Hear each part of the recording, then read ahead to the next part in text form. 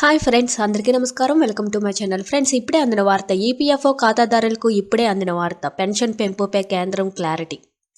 EPFO కింద చాలా కాలంగా పనిచేస్తున్న ఉద్యోగులు పదవీ విరమణ చేసిన వారికి పెన్షన్ స్కీము 1995 ప్రకారం కనీస పెన్షన్ను పెంచాలని చాలా రోజులుగా డిమాండ్లు వినిపిస్తున్న విషయం తెలిసిందే.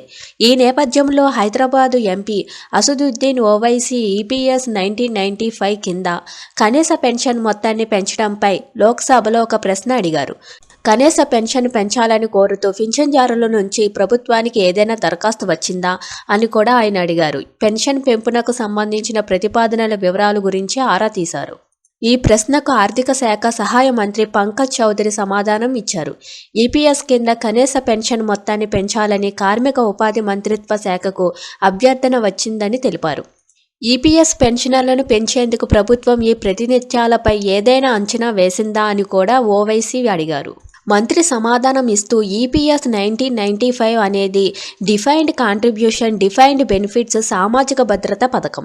ఉద్యోగుల పెన్షన్ ఫండ్ కార్పస్ వేతనంలో యజమాని నుంచి 8.33% సహకారం అందుతుంది. నెలకు 15,000 వరకు వేతనాలతో 1.16% వరకు బడ్జెట్ వరకు కేంద్ర సహకారం ఉంటుందని తెలిపారు. ఈ స్కీమ్ కింద అన్ని ప్రయోజనాలు ఈపీఎస్ ఫండ్ నుంచి చెల్లిస్తామని, ప్రతి సంవత్సరం ఫండ్ మూల్యాంకనం ఉంటుందన్నారు. 31 మార్చి 2019 నాటికి ఫండ్ వాల్యుయేషన్ ప్రకారం యాక్చురియల్ నష్టం ఉంటుందని వెల్లడించారు.